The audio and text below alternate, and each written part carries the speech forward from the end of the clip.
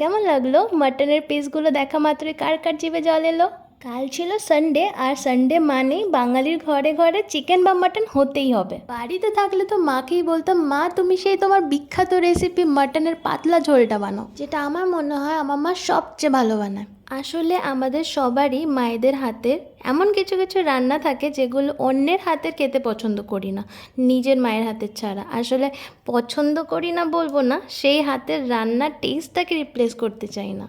আর আমি বাড়ির বাইরে থাকি বলে আমার মা আমাকে অনেক এমন এমন রান্না শিখিয়ে দিয়েছে যেগুলো মায়ের মতো তো হবে না, কিন্তু হ্যাঁ একটু এদিক ওদিক হয়ে ঠিক ওরকমই টেস্ট দেবে। তাই আমিও এই গরমে নিজেকে উনুনের পাড়ে সেকে সেকে এই সুস্বাদু লাল লাল ঝাল ঝাল তুলতুলে চর্বিওয়ালা মাটনের ঝোল বানিয়ে দুপুরে গরম ভাতের সাথে তৃপ্তি করে খেলাম। এবার তোমরা আমাকে কমেন্টে বলো যে তোমাদের মায়ের হাতে কী কী রেসিপি আছে যেগুলো বাইরে তোমরা প্রেফার করো না খেতে। দেখা হচ্ছে নেক্সট ভিডিওতে।